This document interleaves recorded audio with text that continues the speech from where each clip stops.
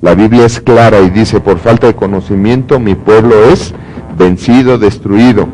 Entonces sí tenemos que aprender muchísimo del matrimonio, porque además es el objetivo, uno de los objetivos principales de la creación. Amén. Muy bien, vamos a ver qué es el matrimonio. ¿Qué es el matrimonio? Y el objetivo de esta materia, objetivo específico, 2 puntos, es mejorar tu matrimonio. Y no estamos diciendo que esté mal. Enfoquémonos aquí. El punto es que el matrimonio, por ser creado por Dios, también tiene una mejoría infinita. Eso es lo grandioso del matrimonio. Y eso es lo que se ha perdido en los matrimonios. Que el matrimonio cada día debe de ser mejor. Porque si es creado por Dios, es de Dios y Dios cohabita en el matrimonio y Dios es infinito, es eterno, entonces el matrimonio, ¿cómo debe de ser?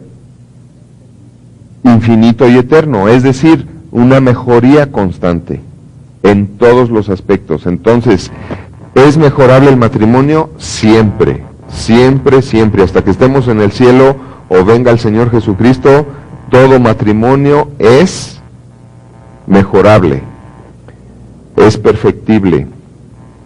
Amén. Entonces, el objetivo específico es mejorar tu matrimonio y obviamente ayudar a otros matrimonios y ayudar a otros matrimonios.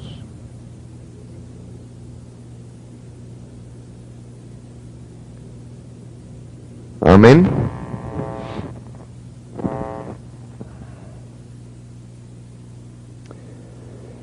Vamos a ver entonces definición académica. Definición académica.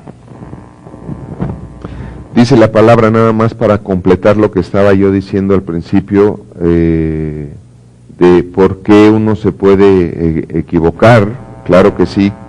Cuando uno escoge pareja, yo creo que la segunda decisión más importante en la vida de un ser humano, la segunda decisión más importante en la vida de un ser humano, es decir, de un varón y mujer, es escoger con quién se casa. La primera es recibir a Jesucristo como Señor y Salvador, ¿verdad? Porque de ahí depende todo lo demás.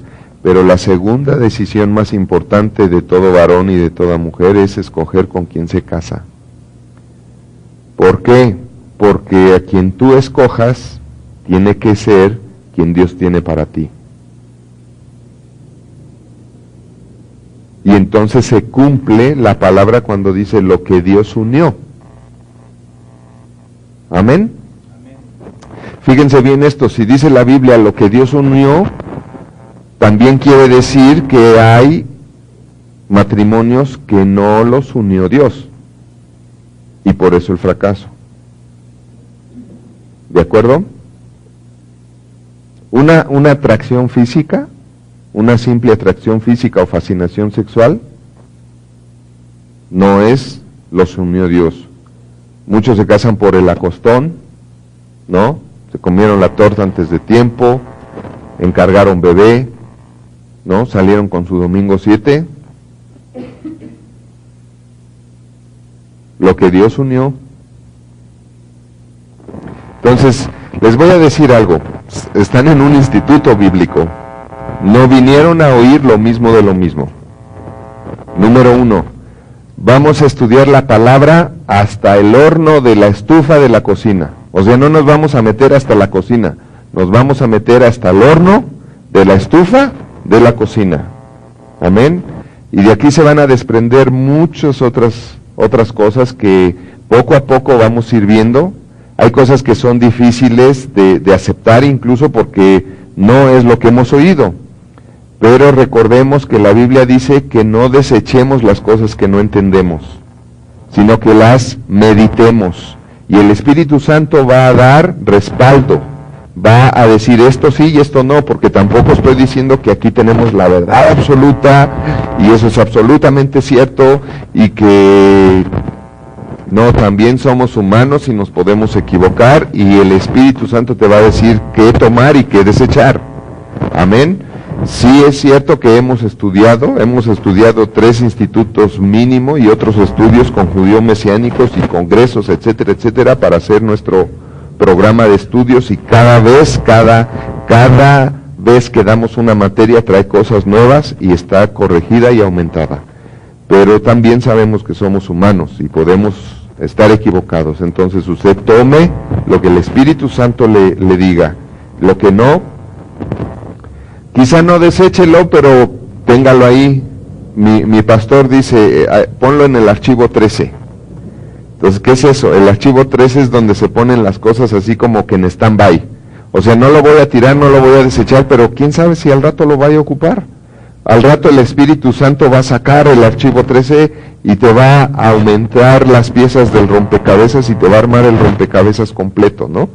Pero sí dice la Biblia en Pedro, muy importante, que no desechemos las cosas que no entendemos, porque vamos a ser como animales irracionales, que vamos a seguir perdidos en nuestra propia, no, que vamos a estar destruyéndonos en nuestra propia perdición, que es la ignorancia.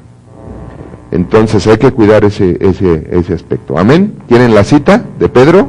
Sí, porque les vi la cara ¿de dónde está? Sí. Me parece que es primera de Pedro. No es cierto, es segunda de Pedro 2:12. Segunda de Pedro 2:12. ¿Ok?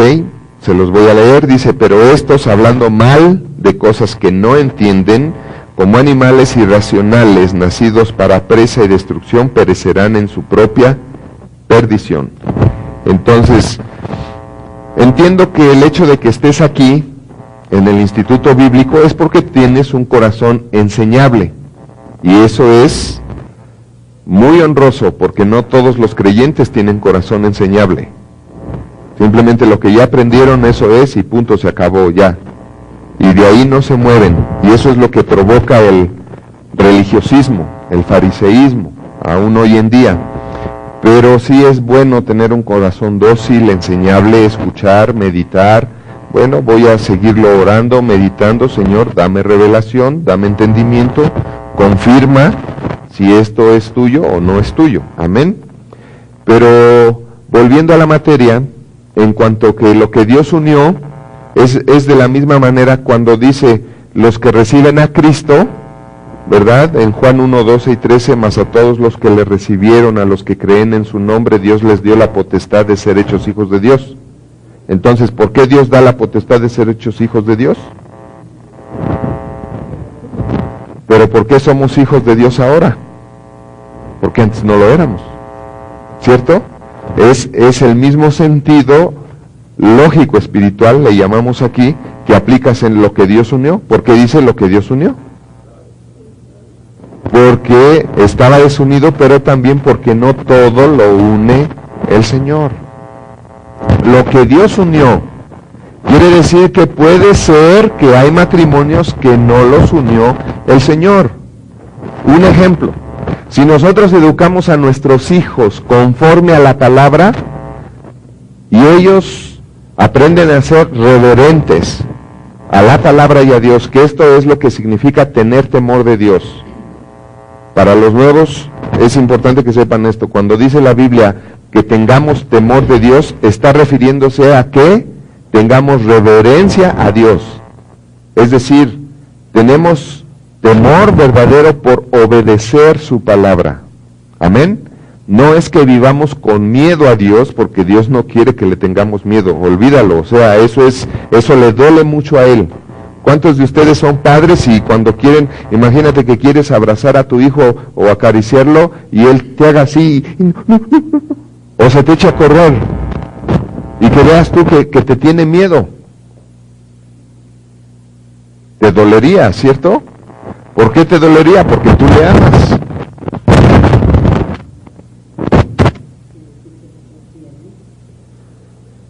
Exactamente, entonces Dios no quiere que le tengas miedo.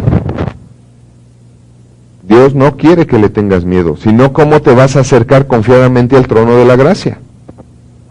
Un hijo no puede confiar en su padre si le tiene miedo. Así vamos a ir aclarando muchas cosas para que seamos mejores hijos. Amén.